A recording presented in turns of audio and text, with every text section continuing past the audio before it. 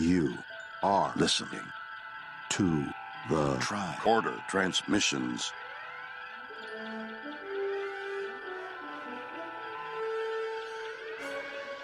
Weekly Trek, Episode 16, second week of August, 2018.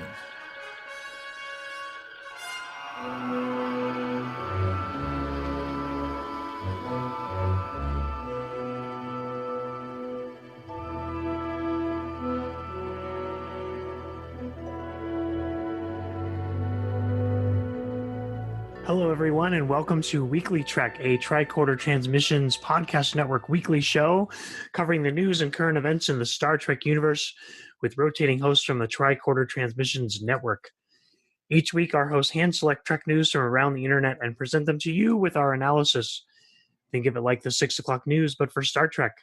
This week, we are going to be talking about STLV news, Star Trek Las Vegas news for 2018.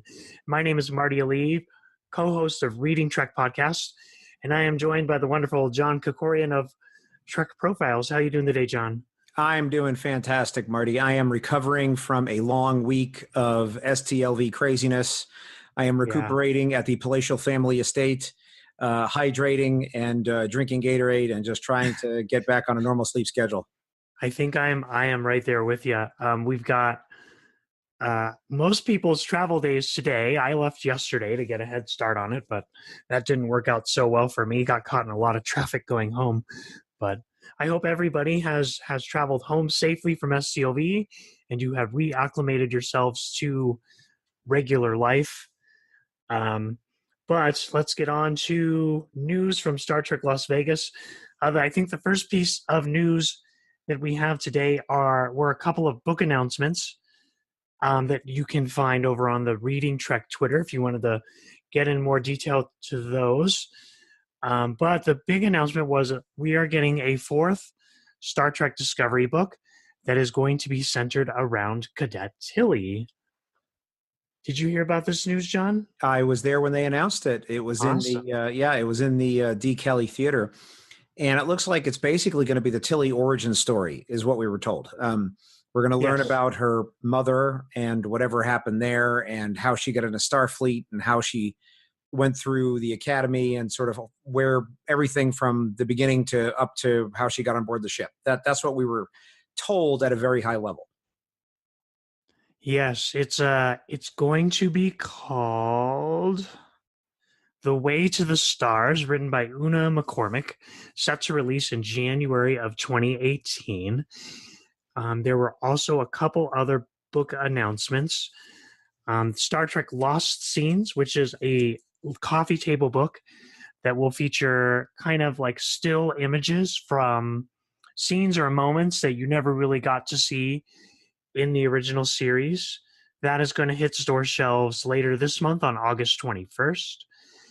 I know that Rob Perlman has announced three new books, three cute little books that he's doing. One is Where's Waldo Style, and the other two, one is called Fun with Kirk and Spock, which looks to be like the most canon book I've ever seen.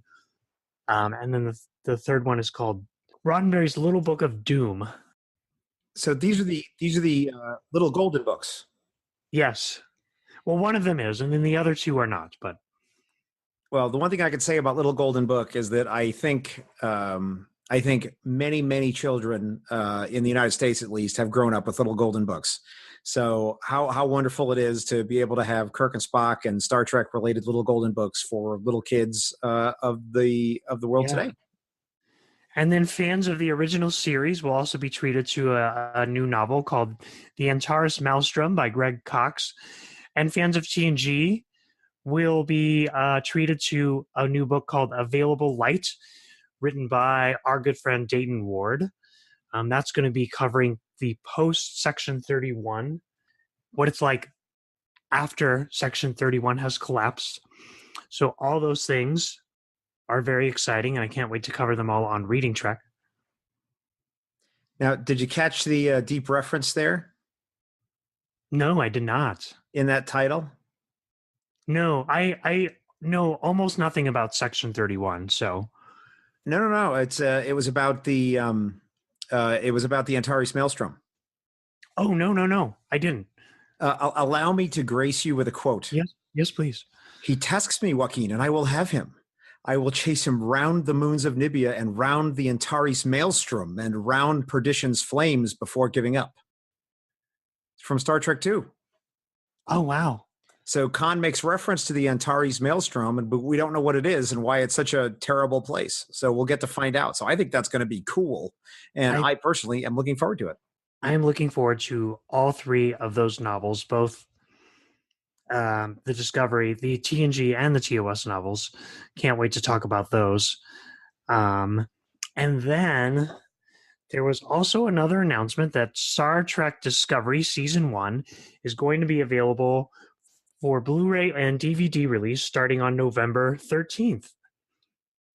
Yes, and pre-orders are open on Amazon as we speak. So they are already live. Although I must point out that the page gives precious little information on exactly what is in the Blu-ray set. It's merely a placeholder page, and it says here you can place your pre-order, and it gives the region information, but it doesn't give any details about how much material or anything like that. It doesn't even say if it's going to be 4K or not. So who knows? That's yet to be determined, but you can place a pre-order on Amazon if you want right now. I don't know about 4K, but I do know in the panel on Sunday when they announced this that there will be over 2 hours of behind-the-scenes special features to look forward to, cast interviews, behind-the-scenes moment, deleted scenes, all that kind of good stuff will be made available for both those sets. So I'm planning on picking it up just so I can watch those behind-the-scenes specials. I don't know about you, John. Are you going to pick it up? Or are you going to stick to your all-access subscription? No doubt about it. Definitely going to pick it up. I all access isn't bad, but I much prefer the ability to watch it right on Blu-ray. Usually there's less hiccups, and you can skip forward and backward a little bit easier. I think it'll just be a better experience. Awesome. I can't wait for that to come out. I'm going to pre-order mine soon. Another piece of news regarding comic books this time, IDW Publishing announced that Star Trek Waypoint is returning with an extra-length one-shot comic in November. I'm not too familiar with Star Trek Waypoint, but I know it was a very popular kind of crossover comic series, if I'm not mistaken, and I think that a lot of fans of these comics are very happy that they're getting another issue.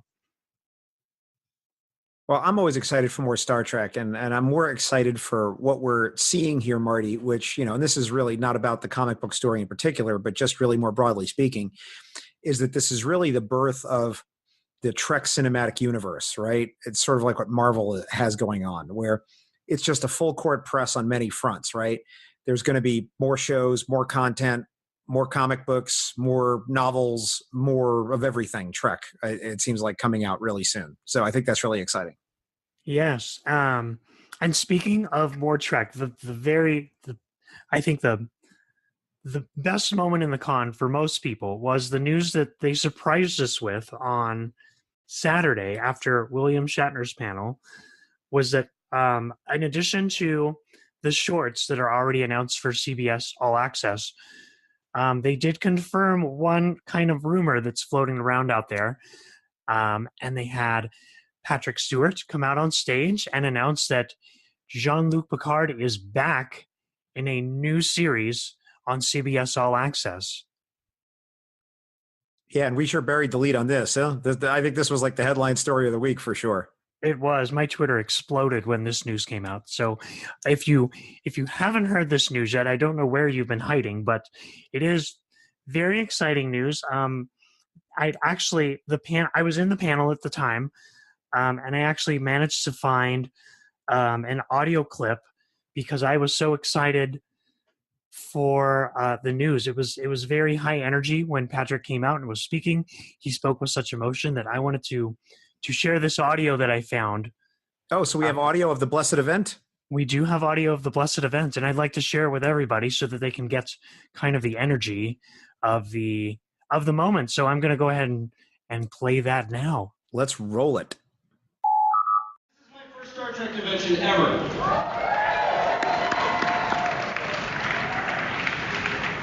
Wow, I am so excited. Oh, this way. You want me to run? Okay, great.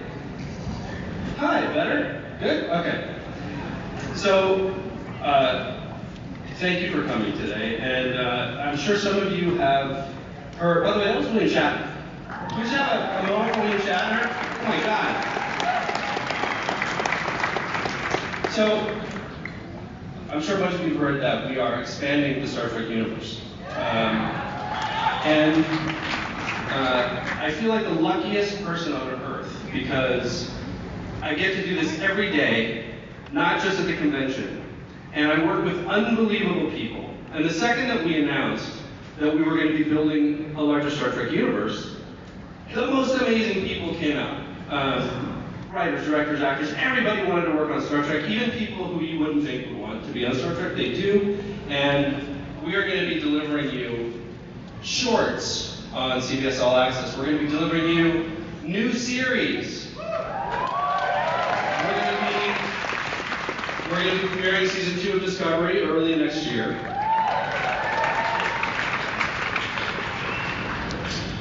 And there's been a lot of speculation about what are the next shows and what do people want to see. And I figured that this was probably the day to announce to you what our next Star Trek series is going to be.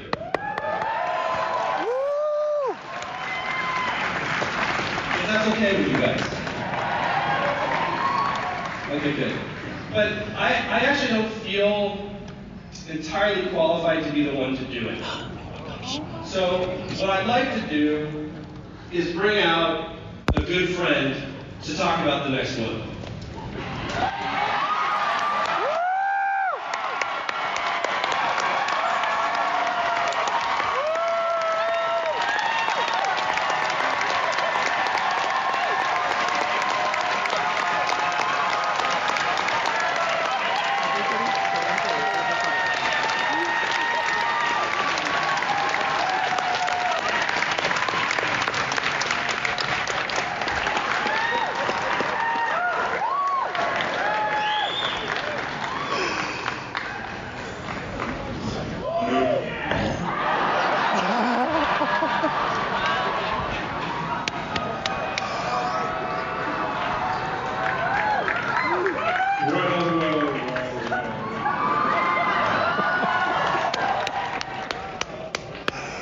Everybody left early. And return. Thank you. In late March 1987, I found myself driving off the Paramount lot, having just done what I was assured was my last audition for Star Trek The Next Generation. There had been 2 of us in contention for this role. I never learned who the other actor was. I have a suspicion that I never knew exactly who it was. And I drove to a nearby coffee shop on Melrose, bought a pile of London Sunday newspapers, and had a breakfast, pile of pancakes, which lasted for nearly 3 hours. During those 3 hours, my agent, who had been called by the studio, was desperately trying to find me. As this was so long ago, there were no cell phones. And he wanted to tell me, Patrick, they've offered you the job, Captain of the Enterprise.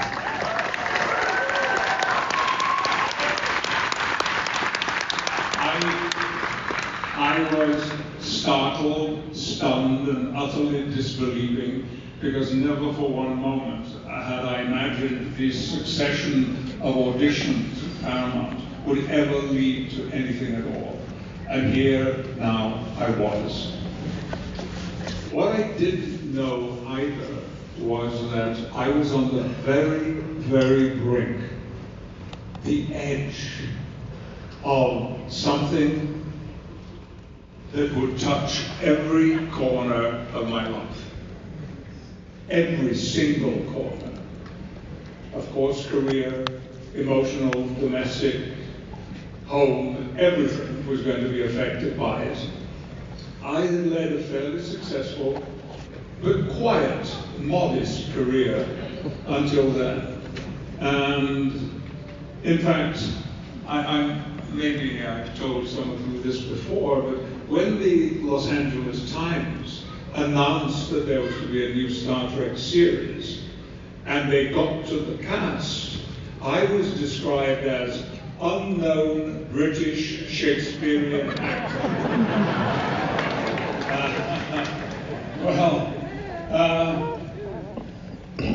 Brent Spiner, you'll have heard of Brent Spiner. Dear and beautiful man.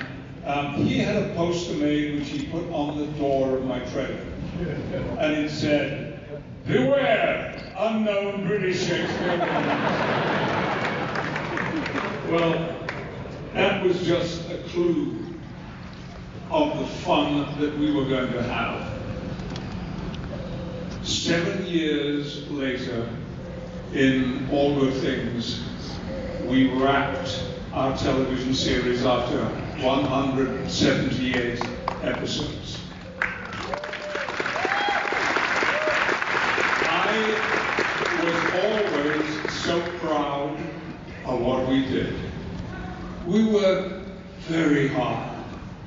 We worked long hours, as people in television series do, but we were working to do the best possible show that we could. Every single member of the cast, of the production team, of the front of house, of the studio, were supporting us in this labor of love.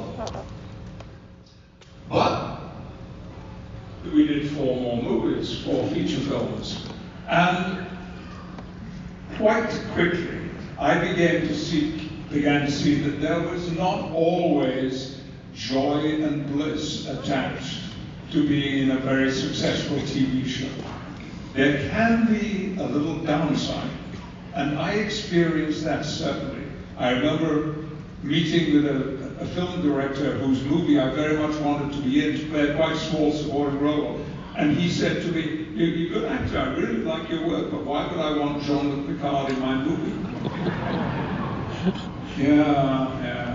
One has mixed feelings about anecdotes like that. And so I was determined that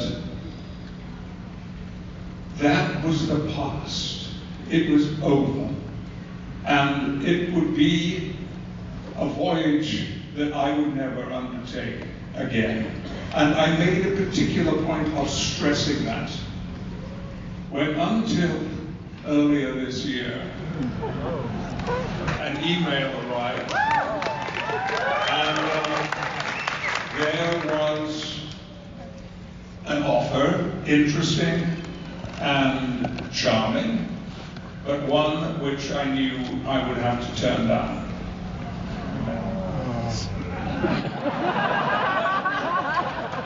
Well, that's how it felt.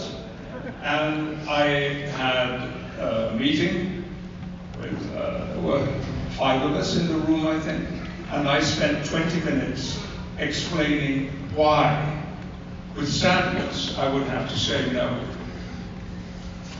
But something has happened.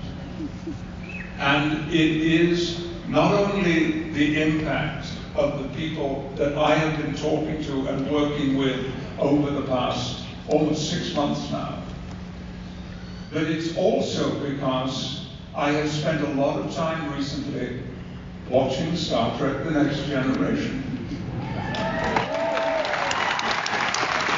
Including episodes I've never seen before. It was fun and exciting. And gradually it became clearer and clearer to me that the power of that show, the success of that show, the benefits that it gave. I have never ever grown tired of hearing from people who stop me in the street or in a restaurant. Well, no, I don't like being interrupted while I'm eating. But who say to me, "Your show changed my life. Without Star Trek: The Next Generation, I might not be here."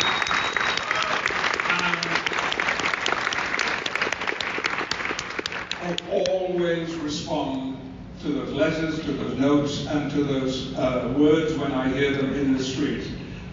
My personal favorite, which makes me very emotional, came from a detective sergeant with the Las Vegas Police Department. He wrote to me about his life and his work. And towards the end, he said, you know, there are days, I love my job, but there are days when I go home, that what I have seen, what I have experienced, the cruelty, the barbarity, the viciousness, the nastiness of what I've experienced makes me despair for the future of our society and the world. But when I feel like that, I go to my video shelf and I take down Star Trek The Next Generation, and I know we're going to have a future.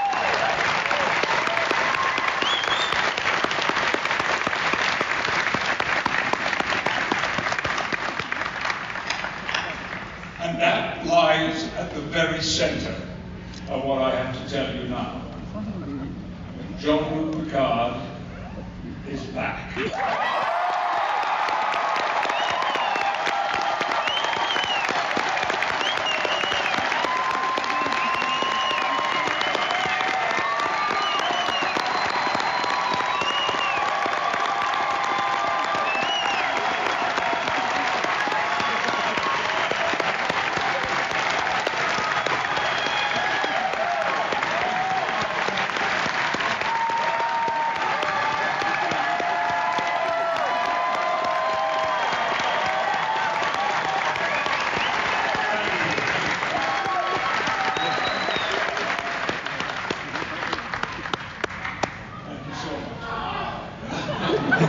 Yeah, well, you know, whatever happens in the next few years, what you just did makes it all worthwhile. However,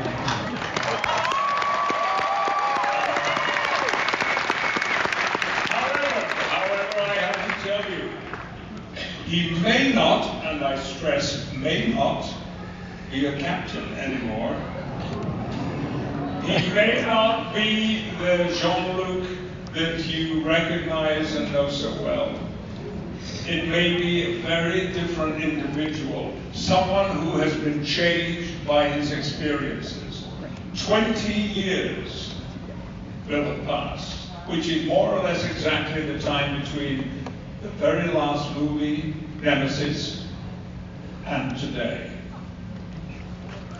We have no scripts as yet.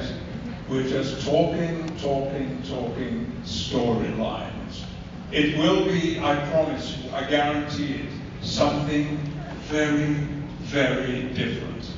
But it will come to you with the same passion and determination and love of the material and love of our followers and our fans, exactly as we had it before.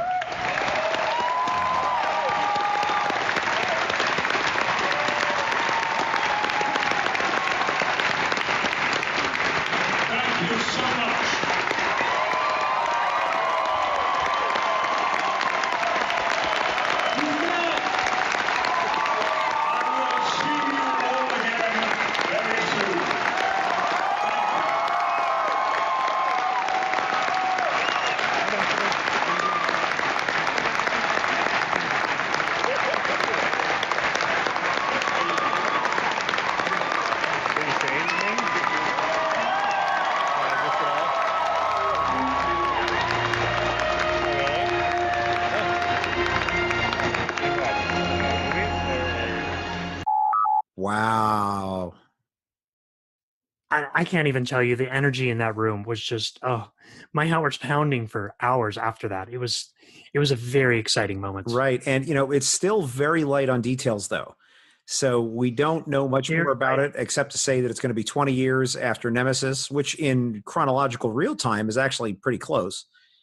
And it's going to be Picard as an older, changed man, and it's going to have a lot to do with him and issues reflecting on his experiences on the Enterprise. So we will see what that means and what that actually looks like when it comes to fruition, but I'm excited about it. There was one tweet that I saw on Twitter recently Someone by the Twitter handle Valentine C 1979 tweeted, "I would love to see the continuing adventures of hashtag Beverly Crusher with hashtag Picard." And Gates actually replied to this tweet, "Well, you know what they say, a lot of things can happen in 20 years with a winky face."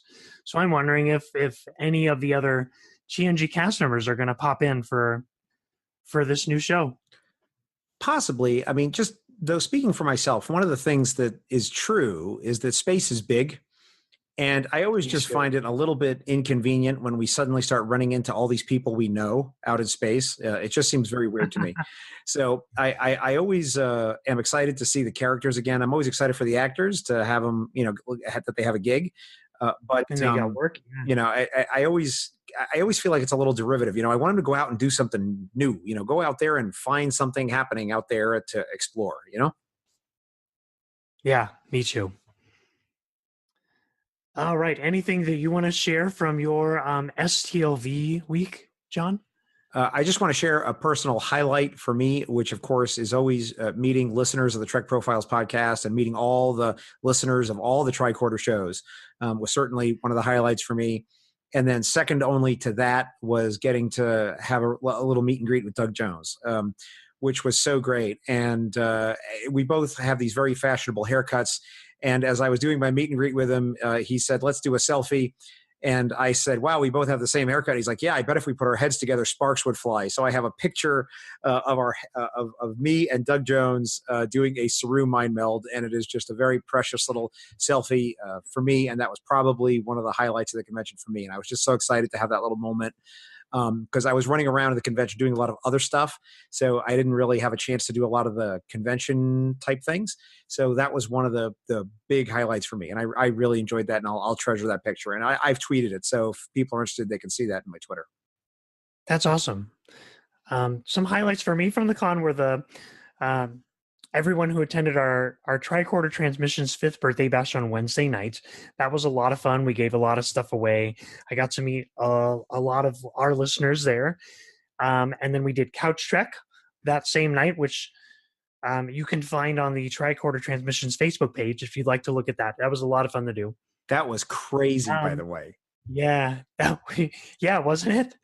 Barry went to a lot of work on that one. He wrote the script and like brand new story and everything. So props to Barry for putting that together. Absolutely.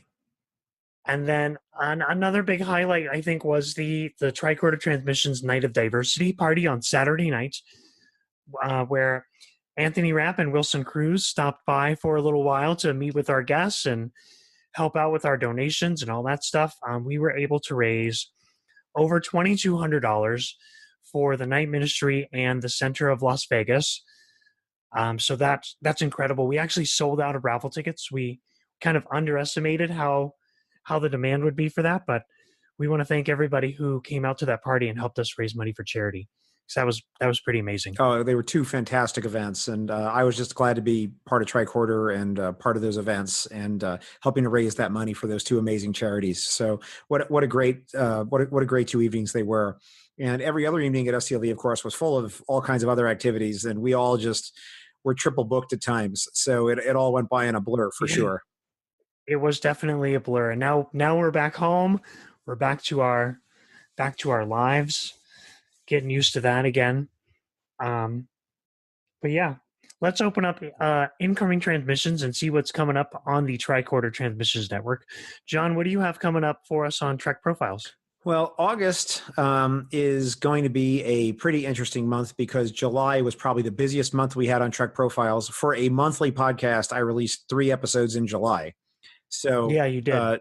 I listened to all of them. They were amazing. Oh, well, thank you. So just to calibrate expectations appropriately, that will not be continuing. So we will be returning to a schedule of some sort of sanity, getting back into the fall. So my intention is to try to keep to at least every 3 weeks putting out an episode. So I have several interesting guests lined up and hopefully going to be bringing you some interesting interviews with more Star Trek fans and more different kinds of Star Trek fans in the near future. What's coming up on ReadingTrek, Marty? We have a couple of interviews to share with you from STLV. I'm not sure what order they're going to release in, but we have an interview with Annie and Eric Muirhead, who are they are fan fiction writers. So we're going to do an interview. William was kind enough to sit down with them, and he did an interview that's all about fan fiction. So if you're interested in any of that kind of stuff, be sure to listen to that. We've also got an interview with Ben Robinson from Eagle Moss about his 2 new books that have come out. They're again like coffee table style books, but that was a good interview with him. And me and Shashank and I should say, actually sat down with J.K. Woodward from the IDW, who's been doing the art for the Mirror Broken and Through the Mirror series for IDW. And that was a very heartfelt interview. It was a long interview, so that will be its own standalone episode. I might combine the other 2 together, but yeah, so look for those in your feed soon. And then after that, we'll be getting back to our regular schedule of John Scalzi's Red Shirts is what we have on the docket next. And then after that, who knows? Nice. Well, I know on behalf of everyone at Tricorder, we just loved meeting everyone so much, and we enjoyed hosting those 2 events and meeting all the listeners and soon-to-be Tricorder listeners and people who want to be Tricorder listeners, and especially our Patreons as well. So we had just a great time, and here's looking forward to planning for next year's STLV, which has already begun. Yeah, I've already put $5 in my bucket for next year, so we're on our way. Nice. Well, I think that's all the news we have for you this week, but if you'd like to continue the conversation, you can visit us on Twitter at WeeklyTrek and online at the tricordertransmissions.com. And if you're enjoying this show or any of our other shows, consider becoming a patron of the network by visiting patreon.com/the tricordertransmissions. For as little as $1 a month, our patrons gain access to exclusive unedited and early release episodes, as well as patron chats that happen on the regular, that you can only join by being a patron of the network on Patreon.